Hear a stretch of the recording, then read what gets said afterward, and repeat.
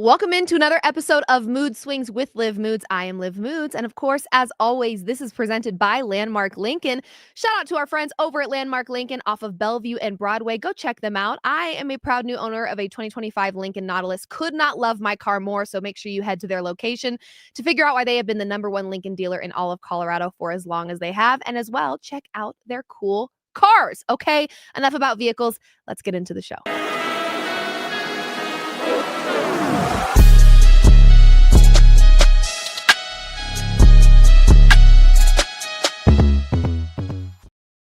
Welcome in, everyone, to another episode of Mood Swings with Liv Moods. I am Liv Moods, wearing a fur coat. Yes, why? Because I feel like being obnoxious today. Why? Because it's another Victory Monday. That's right, 9 straight dubs for the Denver Broncos, and prepare to be sick of me.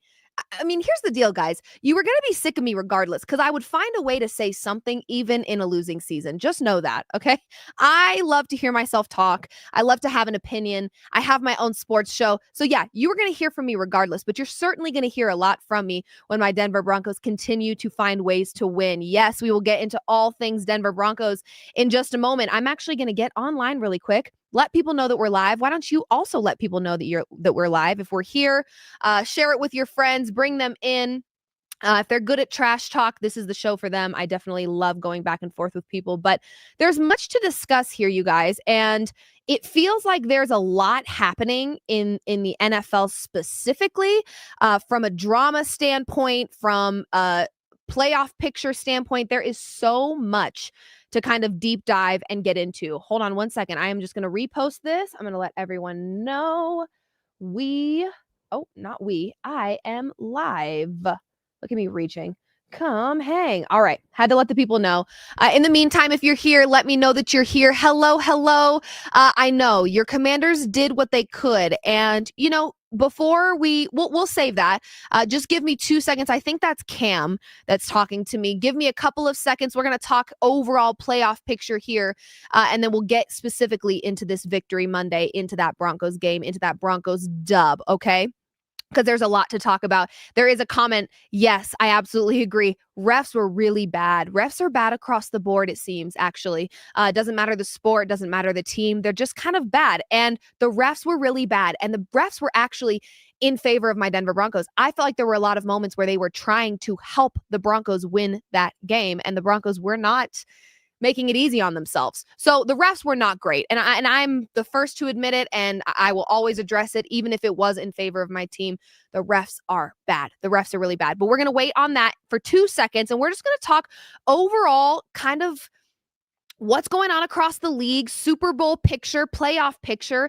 And here's the deal, guys. The Super Bowl is wide open spaces, okay? It is anyone's championship at this point. It really, really is. The world champs there's a plethora. I don't think we've ever been in a situation this far into the season when there is not clear dominance in the AFC or the NFC. It is a really wide open Super Bowl right now. There is no clear favorite. And that's what also, as much as it's confusing, makes it really, really fun. So let's break it down. You've got division leaders in the AFC, the Denver Broncos, 10-2. They own the #1 seed thanks to the common games tiebreaker with the Patriots. Then you've got the Patriots, 10-2, who are playing football tonight. If they can get a dub, they will then be the #1 seed in the AFC. They lead the AFC East. You've got the Jaguars, 8-4, lead the AFC South thanks to a better record than the Colts. Colts have dropped a few games as of late, despite having a really red-hot electric start to their season. They've now lost a few that have been costly for them, so the Jags are at the top of their division. Here's the deal. I have a pretty stinking good ticket. I have a futures ticket that could be really big for me. Okay? It could be really big for me, and it's this. The Denver Broncos to win the AFC West. The Rams to win the NFC West. And the Jaguars to win the AFC South. That is my parlay. I boosted it when there were those boosts going around ahead of the NFL season. I'm feeling pretty good about that right about now, actually. So I really need the Jags to kind of stay on top. The Seahawks are creeping up on the Rams. The Rams just dropped a game, so I need the Rams to stay in good standing. But I've got a pretty good situation going on right now with that little parlay. I'm not going to lie to you. Ravens 6-6. They own the common games tiebreaker over the Steelers. I need the Steelers to miss the playoffs. It's true. I also have another futures ticket that is the Chicago Bears to make the playoffs, the Steelers to miss the playoffs, and the Vikings to miss the playoffs. Vikings, I feel great about. Bears, I feel great about. The Steelers, I need them to keep losing football games. Sorry, it is what it is. Okay. Your wild cards right now in the AFC, the Chargers with an 8-4 record. They own the tiebreaker over the Bills and the Colts based on a better AFC record, okay? You've got the Colts who, like I said, had a hot electric start to their season. They are 8-4. They still play the Jaguars twice. So the AFC South is really wide open. It's the Jags or it's the Colts, and it's really going to depend on how they finish their season. And then you've got the Bills who are 8-4, currently own the final spot right now when you look at the AFC playoff picture, okay? There's a lot going on here, guys. There's a lot going on here. And again, despite the Denver Broncos having that 1 seed right now, it's anyone's game. And we're going to get into a little bit later my ranking in terms of Super Bowl, winners. Who of these teams do I feel the most confident in? It is wide open right now. There is no clear favorite for the Super Bowl. You cannot convince me that there is. It is wide open. Let's move on to the NFC, okay? And actually, no, let's stay on the AFC. Outside looking in, you've got a few teams hanging on by a thread here, guys. You really, really do. The Texans, 7-5. They just had a win over the Colts. That keeps them in the race. It keeps them in the conversation. They've had a plethora of injuries, but Mills has done all right. And that defense, man, that defense is absolutely outstanding. And you know what they say, defense wins championships. The Steelers, 6-6. Next week will be really big for the Steelers team when they take on the Ravens. This could be the deciding factor of whether or not they are in playoff wild card world or if they are not. And I lean towards not, if we're being honest. I said this at the beginning of the season. I don't have faith in Rodgers the same way I used to a few seasons ago. I just don't. I think the game has passed him by. I think the game has evolved in such a way that these quarterbacks are young, they're fast, they're strong, they're athletic. And unfortunately, Aaron Rodgers is old. That's not me. That actually isn't a diss. That's just the truth. He is. He is. You put Aaron Rodgers and Jaden Daniels on the same field, one quarterback is going to look far more athletic than the other, and that's just the reality of the situation. The Chiefs, also outside looking in, 6-6 with a big loss on Thanksgiving to the Dallas Cowboys, who are turning a corner. Cowboys with a comeback? I mean, this is real. This is real. And the Cowboys are playing really, really well right now. So you've got teams outside looking in. The Texans made the playoffs last season. The Chiefs made the playoffs last season. The Steelers, I believe, made the playoffs last season. And now they're on the outside looking in. This is a very unique season we've got here on our hands. Let's talk about the division leaders in the NFC. One seed, Chicago Bears. What? Do you guys remember at the beginning of the year when I was on this very show and I said, I've got 2 words for you, Ben Johnson? I try to tell y'all. I even bet on it. I said the Chicago Bears will, in fact, make the playoffs. They are currently the 1 seed in the NFC. Not one person predicted this, guys. Not one. This is insane, okay? The Bears, 9-3. They have the NFC record tiebreaker over the Rams, okay? The Rams, 9-3, who, if you would have asked me a couple of days ago, not even weeks, days ago, I would have said the Rams right now are the team to beat. I still feel that way in so many ways, but they did just lose to the Panthers. Yeah, so now the Bears are the 1 seed. 3 seed here, the Eagles, 8-4, defending champions, suffered back-to-back losses against the Cowboys and the Bears. Oh my gosh. Imagine being a Philly fan, the loudest of them all, and the freaking Chicago Bears shut you up. Oh my God. I'm never showing my face again. I got to be honest. But the Chicago Bears also look really great. That's what I'm talking about. This year is so bizarre, but it's also so fun. Like, it's so fun to be in this spot. The Bucs, the Tampa Bay Buccaneers, 7-5. They still lead the NFC South, which Baker Mayfield, you guys, beginning of the season, he was playing like an MVP, truly, like lights out, honestly. Your wild cards in the NFC, the Seahawks, who, again, making some noise and kind of creeping up behind that Rams team trying to win their division. The Seahawks are 9-3. First place in the wild card race right now, and for good reason. We're going to talk about them a little later. The Packers, 8-3-1. That one is such a piss off. The fact that we even have ties in the NFL is absolutely sickening. Like, please, for the love of God, can somebody just win that? Let them go to war over this dub. Seriously, enough of this tie crap. Okay, Packers swept the Lions. That helps a lot. That helps a lot when you really look at this playoff picture and you look at who's on the hunt trying to get into the wild card conversation. The Packers sweeping the Lions makes a huge difference. Division games matter. We know this. 49ers, 9-4 with a win on Sunday to keep them in their wild card position. Every game's going to matter for these wild card teams for the remainder of the season. Every game is going to matter. You got to win them all. And there's a lot of teams that are outside looking in that are hungry for it. So it's going to be a bloodbath. Outside looking in for the NFC, you've got the Lions, 7-5, getting swept by the Packers. What are you doing? These are division games. And you know what? Unfortunately, as much as I really love watching this Detroit Lions team and how good they were and how explosive they were last season, Jared Goff in the playoffs, man. What was that? It was scary hours, and kind of correlates a little bit with my Denver Broncos team, which we're going to get into next after we finish talking about the rest of these teams. Kind of helps my conversation there, which is winning ugly games does in fact matter. It does. Not every game is going to be picture perfect and everything's going to go swimmingly and it's going to go your way. No. Be prepared for the worst, because that's what happens in this league. You got to find a way. You may play like boo-boo from the start, and you better find a way to win. That's it. That's your only option. The Lions are struggling with that, especially in division games. That's not helping them at all. The Cowboys, now that's a team outside looking in that I'd be willing to say I'd sprinkle on those guys. 6-5-1. Again, the tie. Let's stop doing that. Big Thursday night game coming up against the Lions. This is going to matter a lot. Either the Lions drop to 7-6, or the Cowboys go to 7-5-1, and it will make a difference. So every win, if the Cowboys are serious, which I'm not going to hold my breath, unfortunately, and I want to be able to say with confidence, wow, the way that Dak Prescott is playing right now, the level in which he's playing, the improvements we've seen on the defensive side, this Cowboys team is legit.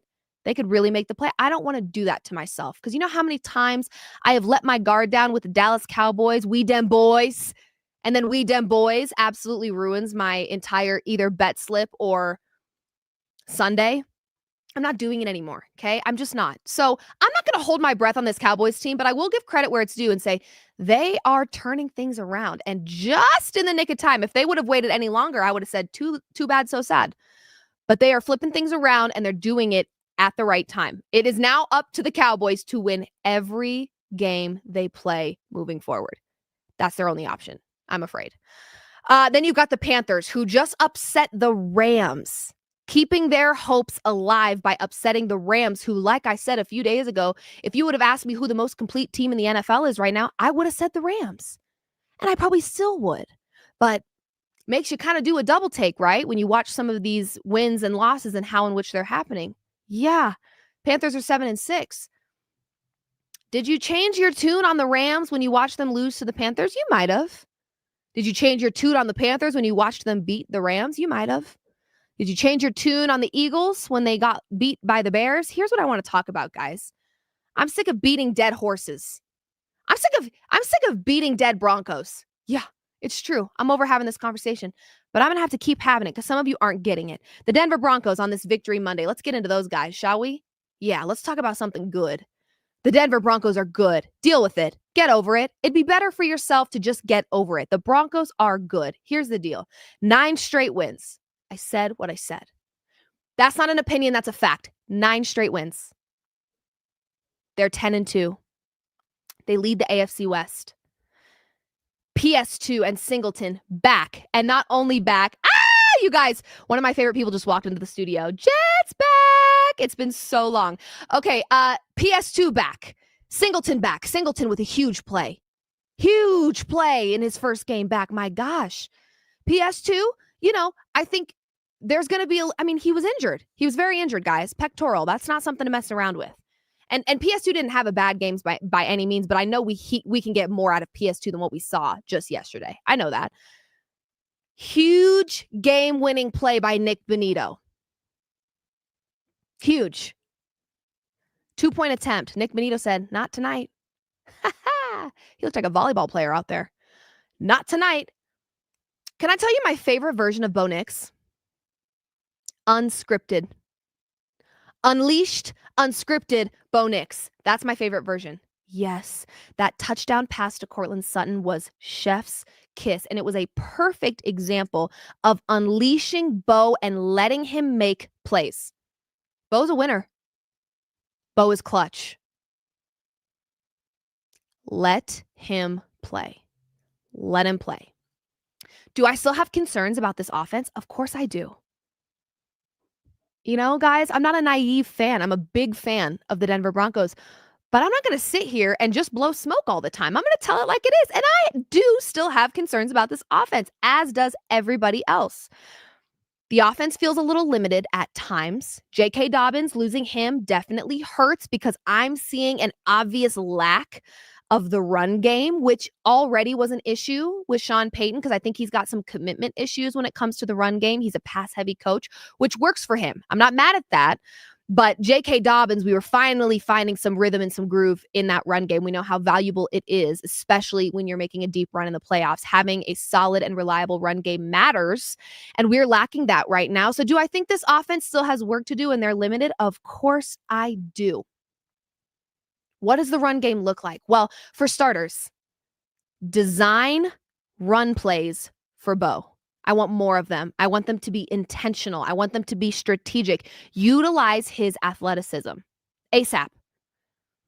But how nice is it to be 10-2 and be able to say, sitting on 9 straight wins, that there is still work to do? Oh, some teams are playing their best football and they're not winning. The Broncos haven't even reached their potential yet, and they're winning. Oh my gosh. Haters, feast on it. I don't even care anymore. Feast on it. Okay? The best part about this Broncos team is that despite what the world thinks of them, the only thing that matters is the people inside of that locker room know what they're capable of and believe in themselves. Period. Oh, you don't believe in Bo Nix? Who cares? His entire team does. Oh, you don't think this offense is capable of more? Who cares? They know they are. That's the best part about this. Keep running your mouths. It's hilarious to me because at the end of the day, you not thinking that this Broncos team is worth anything or they're fraudulent or they're whatever is a waste of your time. It's a waste of your time. I just actually saw a video on social media of one of the reporters covering the Broncos said, I just left the locker room. This is in Washington. I just left the locker room and the energy was calm. Every player I talked to was so calm. And you know why they're calm?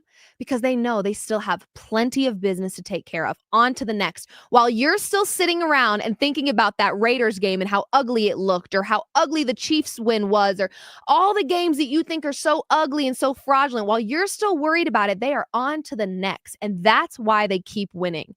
They're not listening to the noise. They don't care what you think. It's business at the end of the day. And they're taking care of it. Imagine that. Their 10-2 record would imply they are taking care of business and also standing on it. Oh, sorry. I don't make the rules. It's just the truth. So let's talk about it, shall we? The Broncos are frauds. The Broncos are the worst 10-2 team to ever exist ever. They're only winning ugly games. I'm going to stop you there. Before you continue to embarrass yourself, let me stop you there. The Broncos have beaten the defending Super Bowl champions, the defending AFC champions, the number 1 offense in the NFL, the number 1 defense in the NFL. What do you want to see next? Just let them know. What more do you want? Is there more? Do you want to see more out of them? Because they've checked the boxes in the checklist, I'm afraid. Yes. Every time you say, I just need to, we'll see what they do versus the Eagles. You saw what they did and they did it. Thanks. Moving on. Well, we'll see what they do against the Cowboys offense, that Texans defense, that Chiefs, the Kansas City Chiefs with Patrick Mahomes. Did it. Move on. Move on. Did it. Consider it done. They checked the box, okay? So let me ask you this. Oh, Let me get some air in this fur coat before I heat it up in here. Let me ask you this. Are the Rams all of a sudden fraudulent because they lost to the Panthers? Does that erase everything they've done this season? Okay, I'll let you sit on that.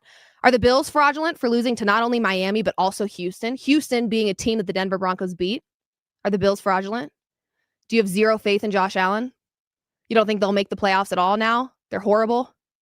Worst team you've ever seen? Okay. Is the Colts' success that we saw in the beginning of the season just automatically erased after back-to-back losses? Sure, it might make you question some things, but do you completely forget about what Indiana Jones was doing at the beginning of the season? You shouldn't. If you did, you're weird, okay? Are the Eagles overrated because they lost to the Bears? Well, maybe slightly. Sure, maybe slightly. But my point is this. Let's call it what it is, okay? The Denver Broncos are winning ugly football games because it has been an ugly season for everyone. This might be one of the ugliest NFL seasons we've ever seen. So I'm having a hard time understanding why it's not a good thing that the Broncos are finding ways to win ugly football games, because there's a lot of other really great football teams that when push comes to shove and it gets ugly, they can't win. So what are you mad for? Isn't it better to win ugly games than to lose them? Because there's a lot of good football teams, good quarterbacks, good coaches, good defenses that are losing ugly football games. The Broncos are not. Isn't it a flex that despite an ugly game, the Broncos can fight like hell until the final seconds and find a way to win? Isn't that a flex? Or am I crazy? No, I'm not crazy. Actually, I am, but not in this situation. I'm not. I know what I'm talking about. So the Broncos still have some work to do, yes. And how cool is it to say that? 10-2, 9 straight wins, and still work to be done. Love that. But as it stands right now, so does every team in the NFL. Every team in the NFL has work to do. The Super Bowl is wide open. There is no clear favorite. And given how ugly all of the games have looked all season long for every last team in the NFL, no single team this season is without flaws. None.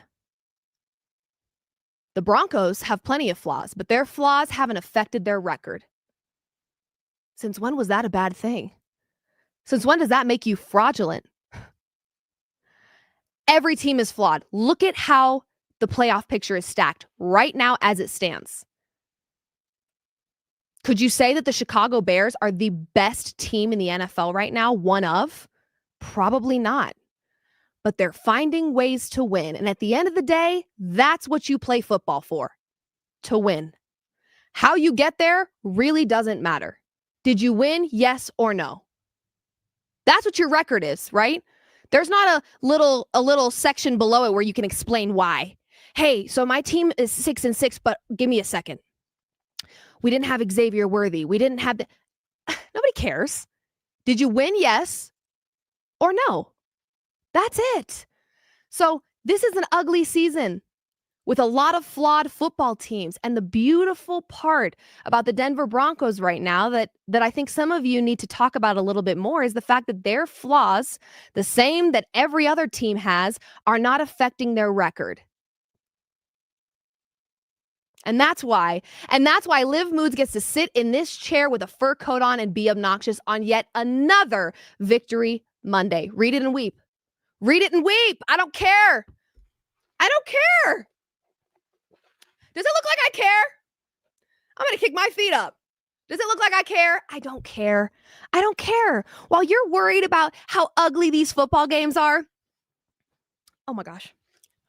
While you're worried about how ugly these football games are and how flawed the Denver Broncos are, I'm sitting back looking going, the Rams just lost to the Panthers. The Bills have lost to the Dolphins and the Texans. The Texans who lost to the Broncos.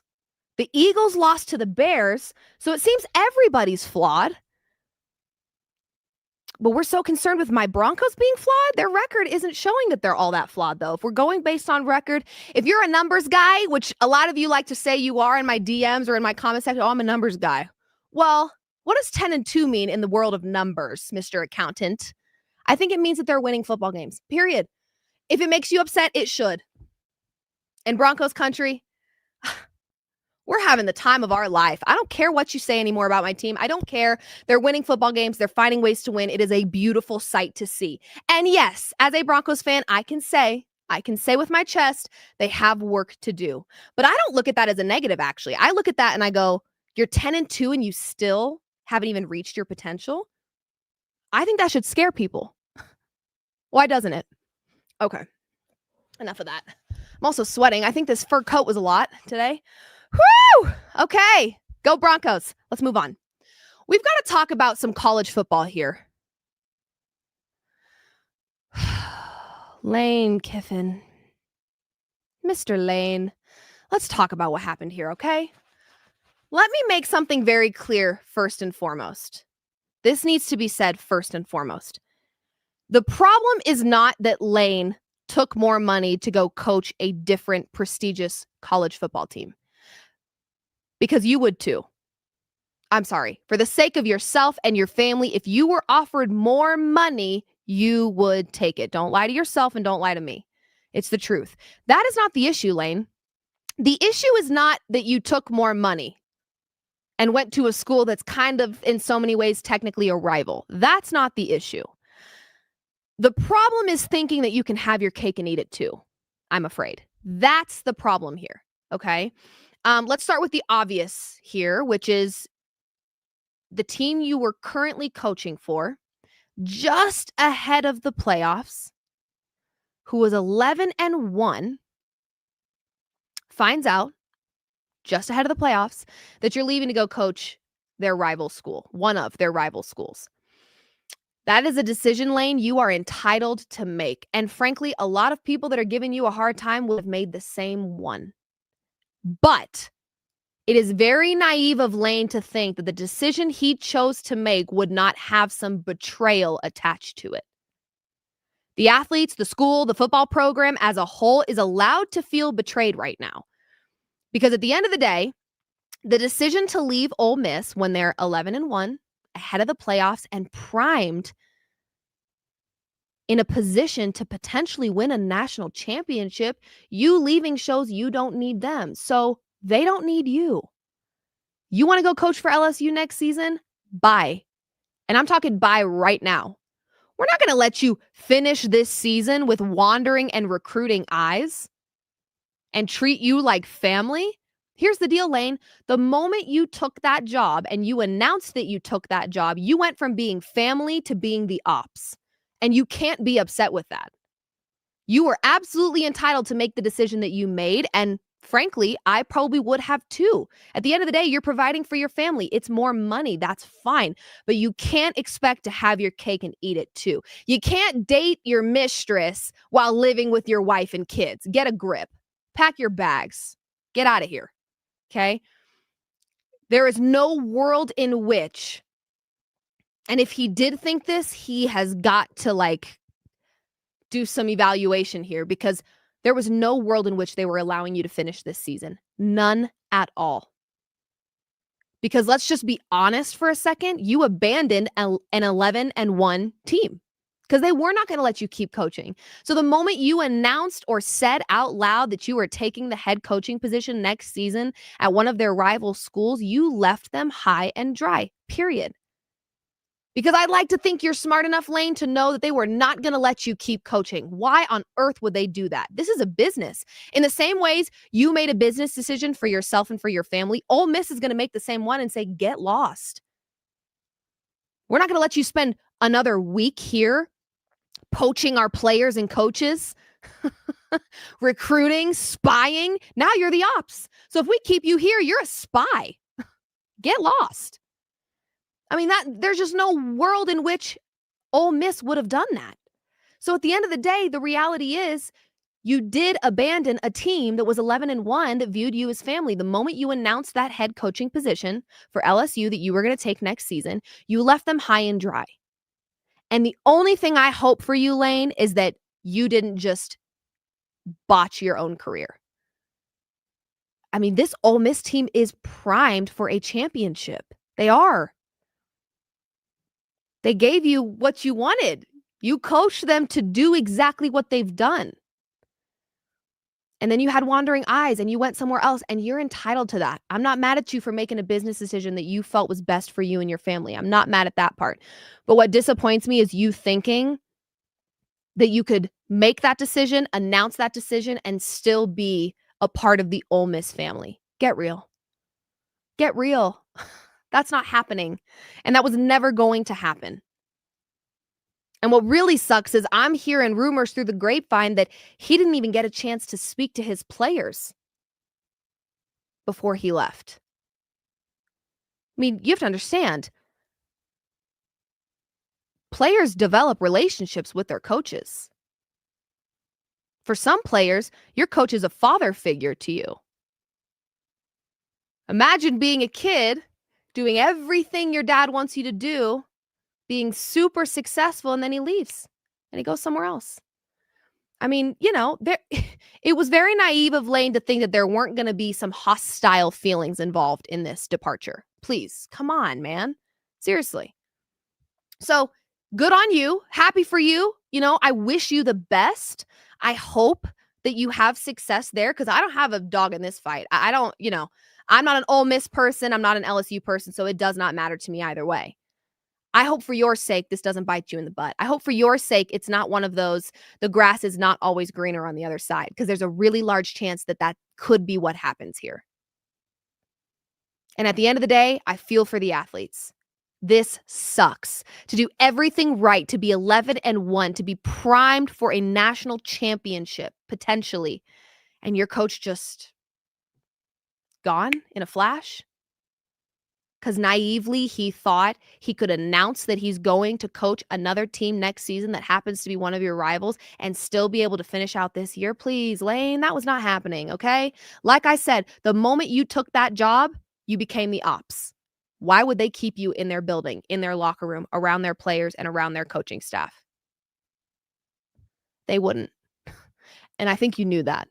So, yeah, there's a little bit of abandonment and betrayal happening here, and rightfully so.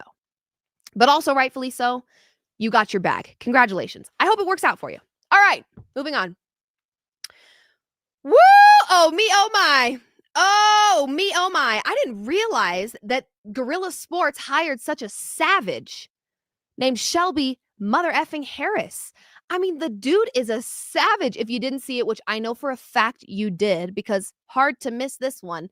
Here are some words that Shelby Harris had to say about Juwan Jennings in the locker room following the game yesterday. Here it is. He's a hoe, and I want that known. Like, I see why he got punched in the nuts, because that's some, like, he says some things that you should not say to another man ever, but, like, I don't respect it, because you say that, then run behind your O-line.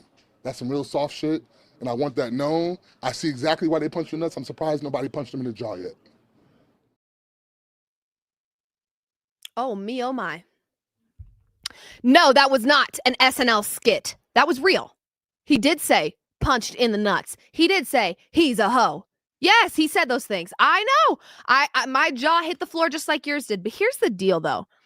I know Shelby Harris. I'm talking giant teddy bear, guys. Seriously, that man can tear it up on a football field. But when it comes to the human that he is one of the kindest, sweetest humans I've ever met. Truly. Like I've met a lot of athletes, current and former, and Shelby is one of one. He really is. He is one of a kind. For Shelby to be this frustrated, so much so that he calls another football player in the NFL a hoe. Guys, this is deep. This is deeper than you think it is. I promise you that. You also had Myles Garrett get on the podium after the game and also double down on what Shelby Harris said and said, yeah, he said some out-of-pocket stuff to a player that was injured on the field. You just don't do that. And so now it makes me wonder, okay, you did just get punched in the nuts a week ago. Now you've got my teddy bear friend, Shelby Harris, calling you a hoe. You might be an instigator here. Now, I think we need more context. We need more information here. We need to know what exactly did Juwan Jennings say, but really chirping someone that's injured, I don't even care what you said. You just shouldn't do it. So here's my problem with people like this. Let's say he really hit below the belt. And even if he didn't, honestly, don't be annoying. This player's injured and you've got things to say to them. Why? Walk away. But even more so, what makes it worse to me is exactly what Shelby said. If you're going to talk, if you're going to be that guy, if you're going to poke the bear and then run behind your O-line, you don't have business running your mouth. You should shut up. Honestly, you shouldn't talk. Okay. So at the end of the day, the situation as a whole, if there is truth to the fact that Juwan Jennings was chirping a player that was injured, we don't do that. That's a line you don't cross. I'm sorry. At the end of the day, whether he's your teammate or he's on the opposing team, he's your NFL brother. As a whole, you guys have to stick together because what you do is difficult. Something that very little people in society would understand, what you guys put your bodies through, what you mentally have to go through, the emotional aspect of the game. And you're chirping a player that's injured? That's just not cool. Like, there's certain things you just don't do. Spitting on me is one, and chirping me when I twisted my ankle is another. Yeah, I don't like that. If I twisted my ankle on the sidewalk and someone was chirping me while I was going down, I'd be like, really? Now's the time, you think? Or maybe wait till I stand up, honestly. Okay. It feels like a moment of, let me talk to the guy who's the most vulnerable because he won't do anything about it. Like, that's soft. It's feeling soft. And then you kind of flash back a little bit to just a week ago when he did get punched right in his family jewels. And you wonder, how did you get there? Some people just do crazy things. But I have to kind of assume a little bit, you may have done something that prompted the family jewel boxing match. I'm just saying. I don't know that to be true. We need more context on these situations. But like I said, I know Shelby Harris very well. And that guy is cool, calm, collected until he's not. You got this man calling you a hoe in the locker room. And that's the other thing. We're not going to spin this because I've seen this on social media too. We're not going to spin this and say, oh, Shelby, this is because the Browns, the season they've had, and they're just salty. No, I don't think that's what this is at all. Because this was directed very specifically. This wasn't the team was playing dirty or the refs were bad. No, he called out a very specific player about a very specific moment. And then Myles Garrett backed it up. I'm just saying, we need more context, but not cool, Juwan Jennings. You've got my friend fired up, so much so that he is slandering your name. And sounds like for good reason. So shout out Shelby Harris, man. I by the way, when I saw Shelby's name all over my Twitter account, I'm thinking, what on earth did he do? Another blocked kick? Oh, I'm thinking, yes. I click on that and the first thing that pops up, he is a hoe. Oh, excuse me, Shelby. Where did that come from? I think it takes a lot to push Shelby Harris there. So I'd love to know. I'm excited to hear Juwan Jennings' POV. I'm just saying. I really am. The last time we were told that something happened on the field and then the suspect of the crime said, no, I didn't, they did. So, I don't know. Well, hopefully we get some more context on the situation. Another situation, though, out in Cleveland that we've got to handle immediately. It's the guy named Jerry Jeudy. Jerry, what is going on with you, dog? I mean, seriously, what is going on with you? I'm going to play this clip and then we're going to kind of reverse it, back it up a little bit, and we're going to talk about it. But here's Jerry Jeudy on the sidelines speaking to Shedeur Sanders. Here it is.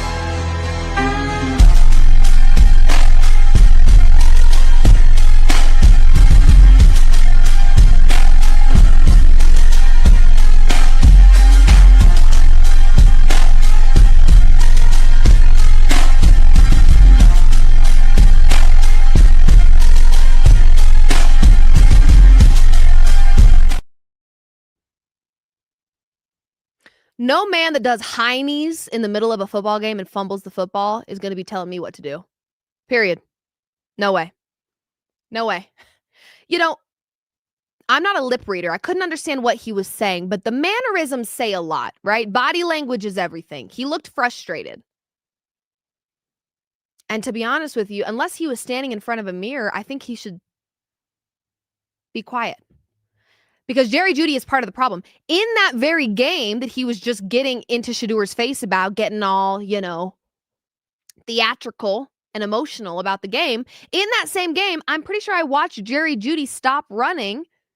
And when he did that, it was a shoulda, coulda, woulda been touchdown pass from Shedeur Sanders. Jerry, what are you worried about, Jerry? Like, time and a place to express your concerns. But when you aren't playing your best football, when you just did little jokey ha-ha heinies and fumbled the football just last week, and in this game also had drops, didn't have a great performance, I'm not sure you're the one that should be expressing those frustrations at all whatsoever. At all whatsoever.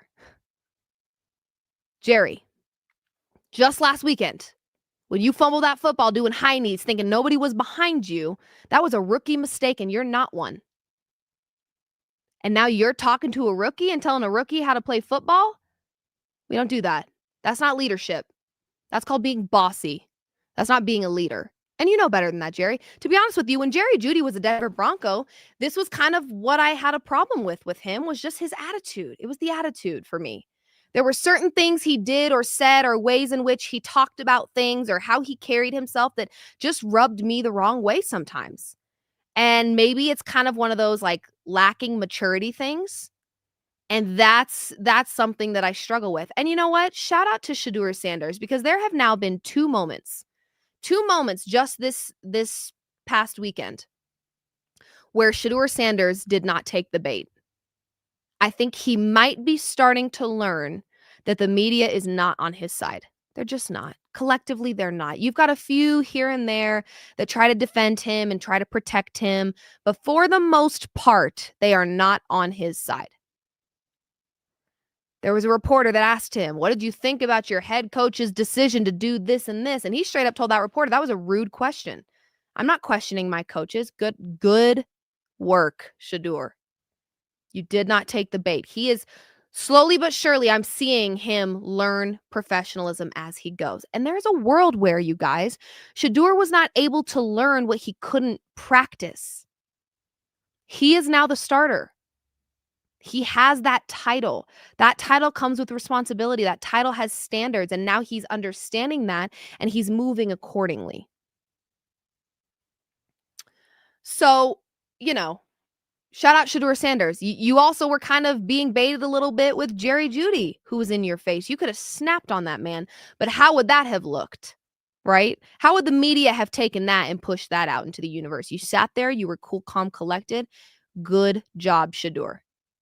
That's the thing about it. I have critiqued Shedeur Sanders before, but when he needs his flowers, I'm going to give it to him. Absolutely. Woo, guys. Woo, it's warm in here. Gotta tell ya. Woohoo. Okay. Last thing before we get into my standings for today.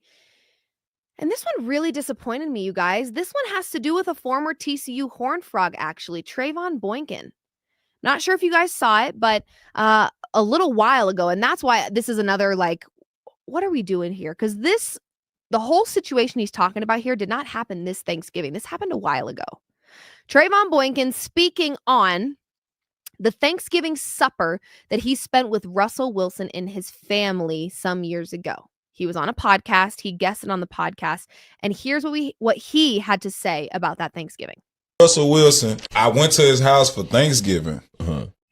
The weirdest feel, like he catered.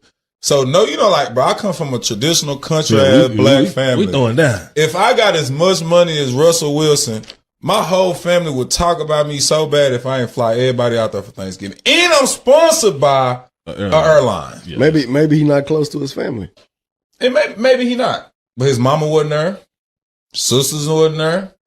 You know what I'm saying? Like, and even though, like, it still weird to me. I'm just still, even if you don't food with your family, like, it's still weird to me on Thanksgiving. My family gonna do the food. This is what we gonna. If you the one with the money, we coming to your house. You know what I'm saying? Like, that part. That's So a couple of things. Number one, what I found and this is former Horned Frog, guys. I have been rooting for Trayvon Boykin to make it and to be somebody in this league for a very, very long time. And unfortunately, in the similar way that I talk about Ja Morant, you could probably talk about Trayvon Boykin in the sense that he stands in his own way a lot. He's had some off-field issues that have been very problematic for him. And he had those at TCU as well, okay?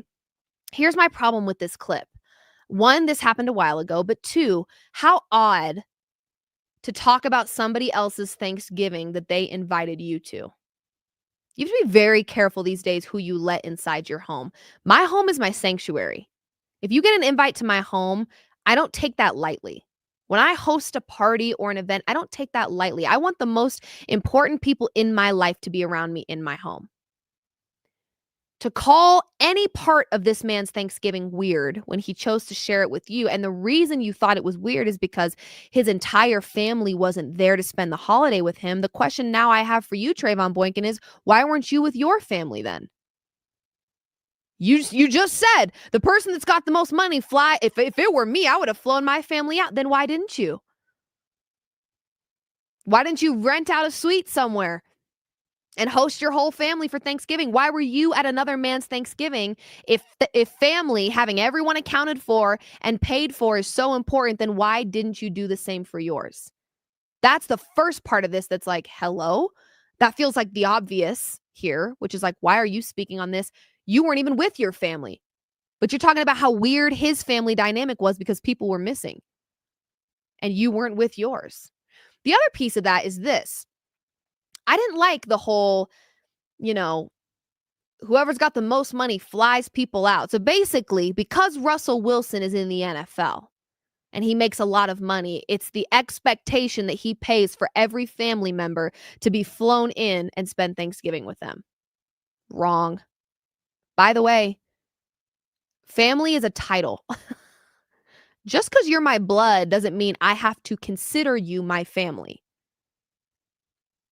Being a family member has responsibilities. What if there's a world in which his family members have disrespected his wife or crossed a line with his children, or only call him when they need something, when they need him to swipe his card or send a check or send cash in the mail?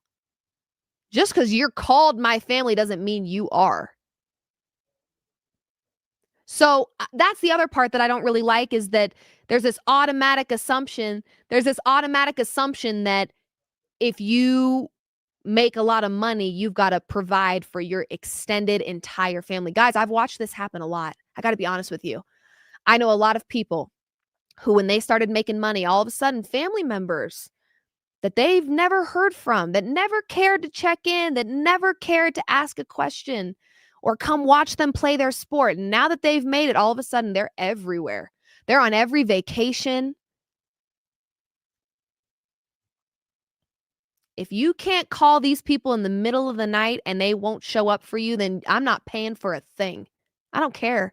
I don't care how much money I have and how little you have. That has nothing to do with it. It's called protecting your peace. For whatever reason, Russell Wilson did not have his entire family there. That's no business of Trayvon Boykin's. And also, that's no business of ours. That is a sacred, private dinner, a family holiday. And you're just airing it out on a podcast.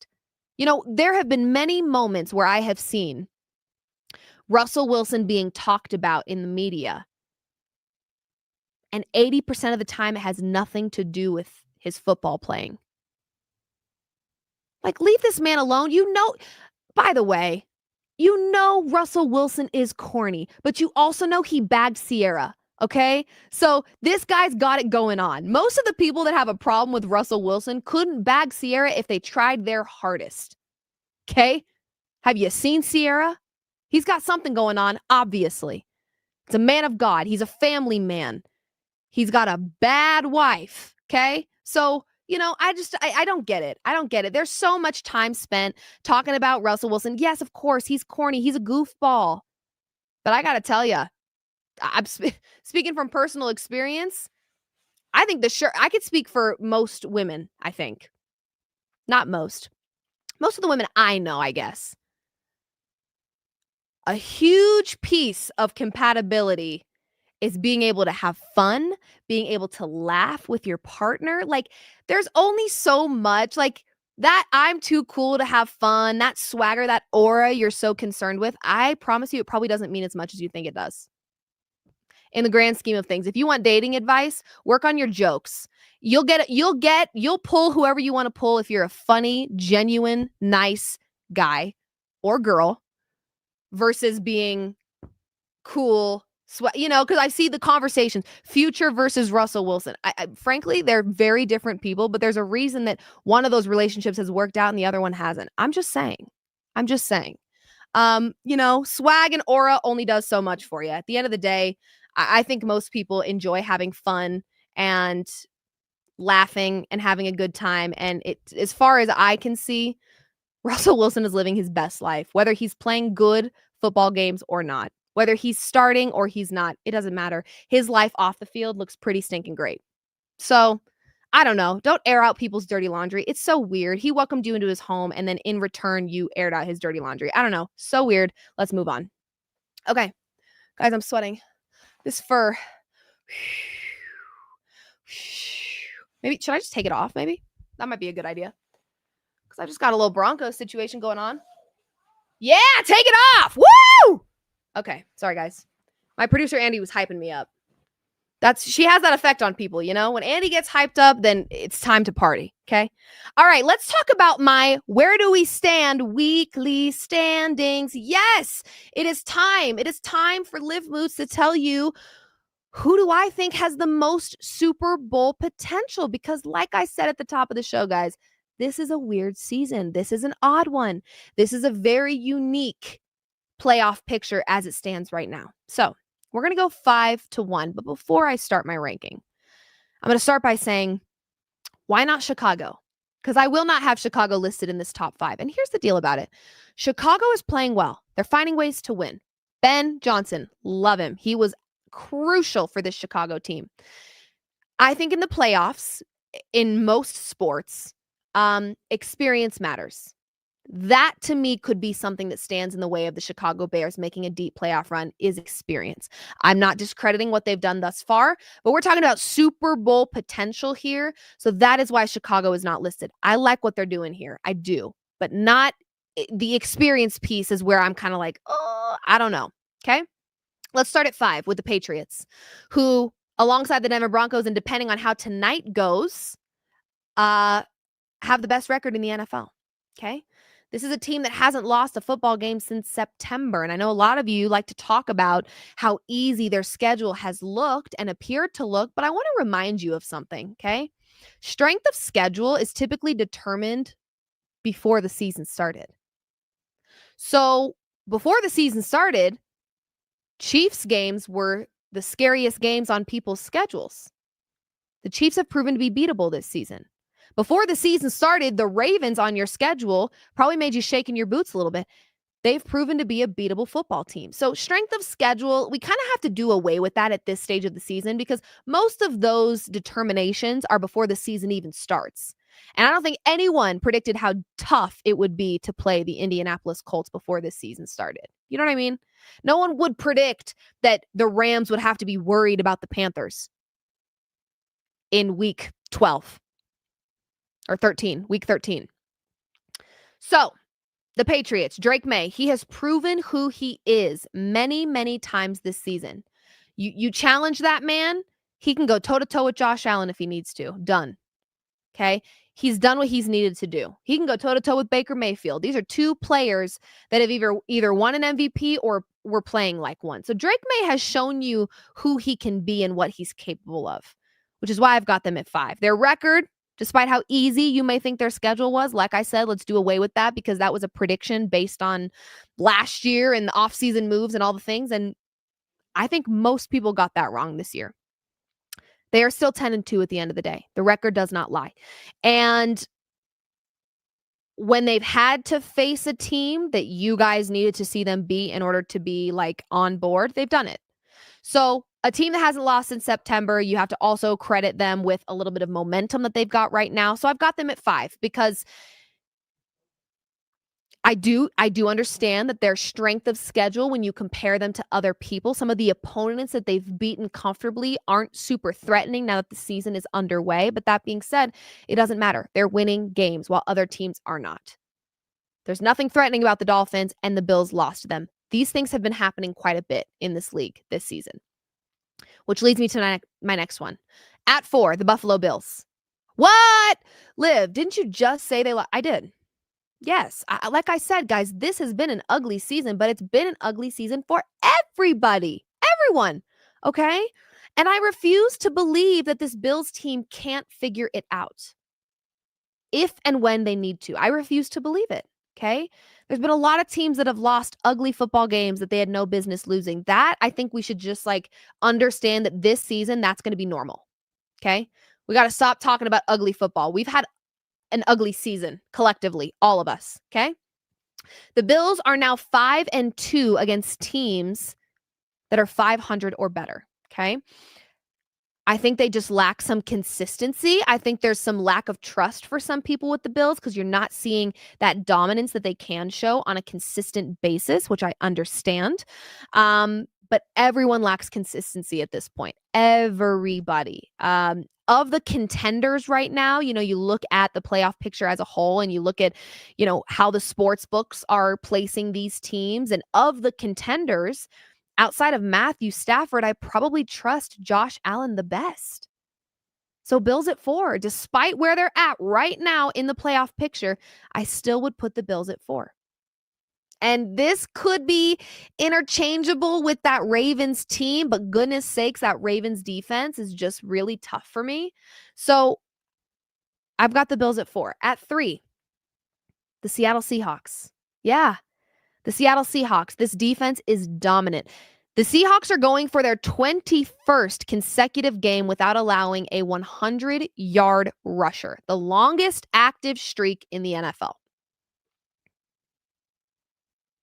With 8:40 left in the third quarter, the Vikings' leading rusher had 4 yards. Okay, I like this defense a lot, and they say defense wins championships, and they are not lying. They are also 10th in the NFL in passing yards at 2,928. We've seen what Sam Darnold is capable of, not just this season, but also last. Guys, if I were the Vikings, I'd be sick right about now. Getting rid of Sam Darnold, I mean, that might be like one of the stupidest things I've ever. That's like Luka Doncic stupid, honestly. He did exactly what you needed him to do last season. And you invested in an unproven young guy, which was your right to do so.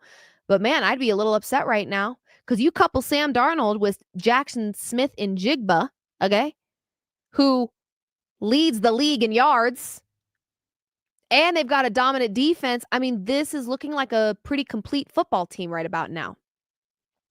And the NFC West is getting real interesting between the Rams and the Seahawks, okay? At 2. Ha ha! Sick. Aren't you sick? Aren't you so sick of me? Fine. I don't care. The Denver Broncos at 2. Yes, it's true. Here's the deal. Defense wins championships. I've said it. I'm saying it again because I can. But I also think there is an element of, when it comes to the playoffs, momentum matters. Momentum does matter. Okay? And the Broncos have a lot of it. They're running on they're sitting on a 9-game win streak. Bo Nix, in unscripted moments where he's really able to play and make plays, is much better than people give him credit for. This is an elite defense. Sean Payton has experience when it comes to a Super Bowl. Experience also matters. While Bo Nix may not have experience, the coaching staff does. And that does matter. And that will make a difference. So I've got the Broncos at 2. And at 1, despite their L, the Rams. Guys, the Rams, in my opinion, are arguably the most complete football team when you look at everything and you figure out who is the most ready at this stage for a Super Bowl appearance. And it's the Rams to me. Fantastic coaching. Reliable, fantastic, been there, done that quarterback. Experience in the Super Bowl with this quarterback and this coach.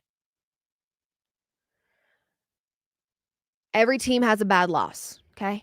So, the loss to the Panthers, who have a lot of momentum and are playing pretty good football right now, isn't enough for me to totally say, Rams are out. They're out of conversation. They're out of contention. Not at all.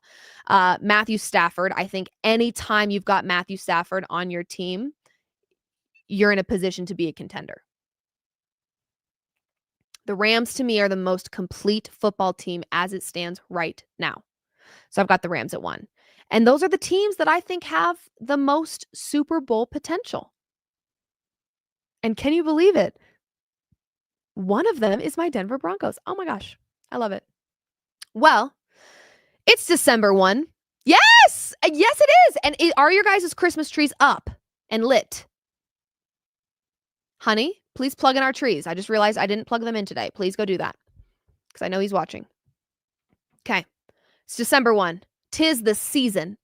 And as always, this show is presented by Landmark Lincoln, as you guys know, and they are doing something very, very special this holiday season. So let's check out what that is.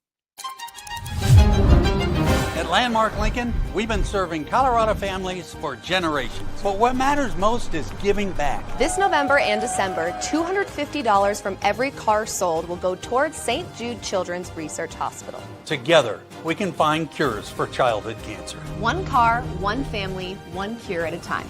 Let's drive hope forward, Colorado. Every mile matters.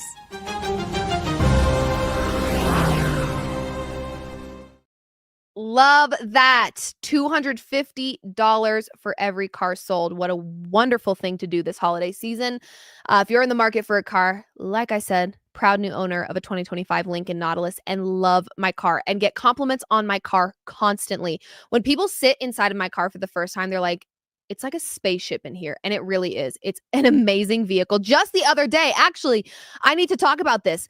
You guys, there was my car needed work done on it, right? So Landmark Lincoln is sending me text messages trying to get me scheduled. And I'm like, oh gosh, I'm texting back. I'm like, I have so many things to do. I can try to make time. And they were like, no. What's your address? Let's see if you're in our range. I was. It was as easy as texting and saying Wednesday morning works. They drove to my home. They fixed my car in my driveway.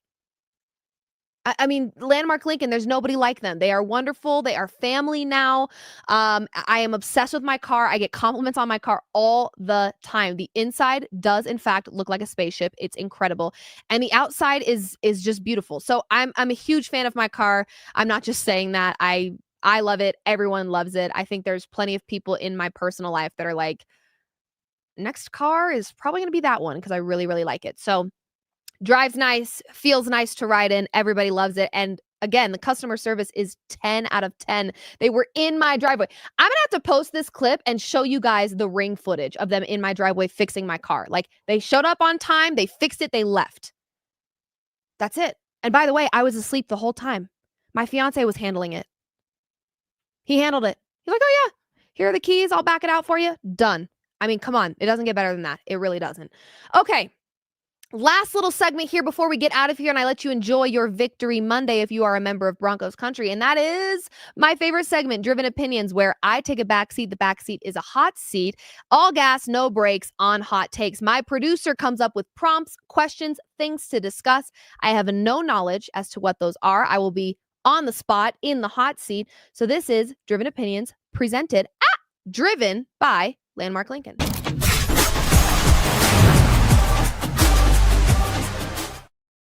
Woo! Woo! Okay, let's get into it. What does she have for me today? Let's go, Andy. You get to put the next NFL and NBA athlete into the Hall of Fame. Who is it? Oh, goodness. Well, I mean, he's still cooking, but feels super obvious enough to say Nikola Jokic for the NBA for sure, but he's still playing. So that's a tough one. Wait, let me actually Google something really quick because I need to know who the recent one. Hold on, guys. I've got an answer, I think, unless. Yeah, he was just added. So if you would have asked me this last year, I probably would have said Carmelo Anthony, but I already knew that was coming, so that wouldn't have been a great answer. But for sure him. He is by far my favorite player in the NBA, being a Denver Nuggets fan. But I guess I'll say future Hall of Famer for sure, Nikola Jokic.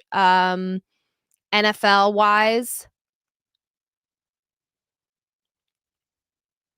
let me see. let me see something real quick.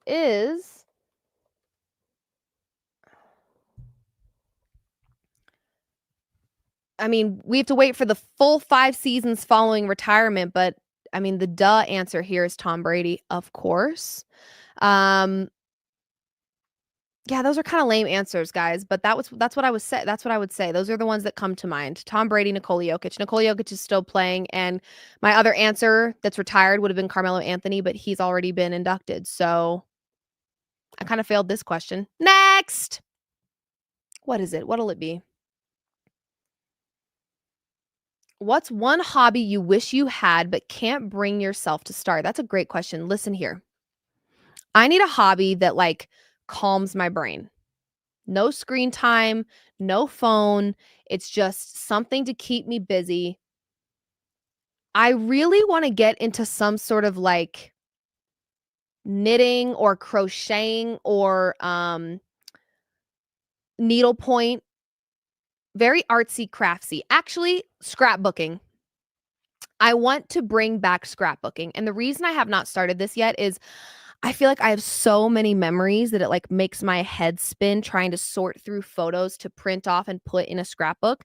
But if I had like friends locally that enjoyed that, I would do like a bi-weekly scrapbooking club where everyone comes over and we sit at my dining room table and we scrapbook. So if that's something that any of you local to Denver are interested in, please let me know.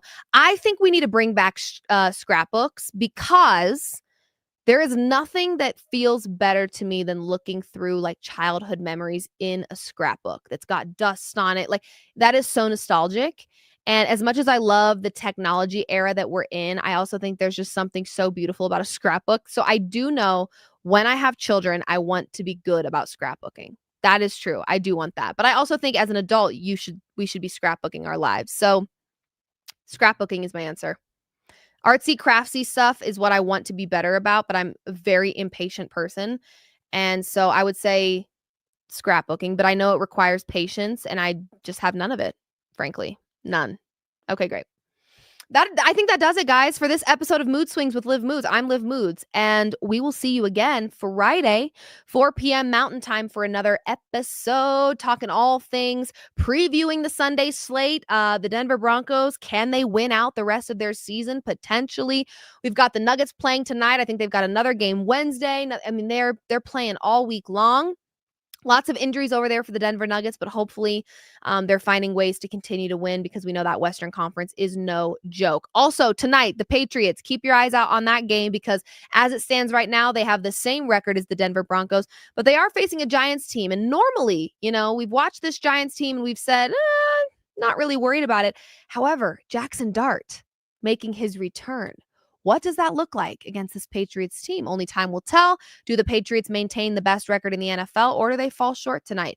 We've got Monday Night Football. We've got the NBA going. So we'll have plenty to discuss on Friday, 4 p.m. Mountain Time. I'm Liv Moods signing off for another episode of Mood Swings. We'll see you Friday.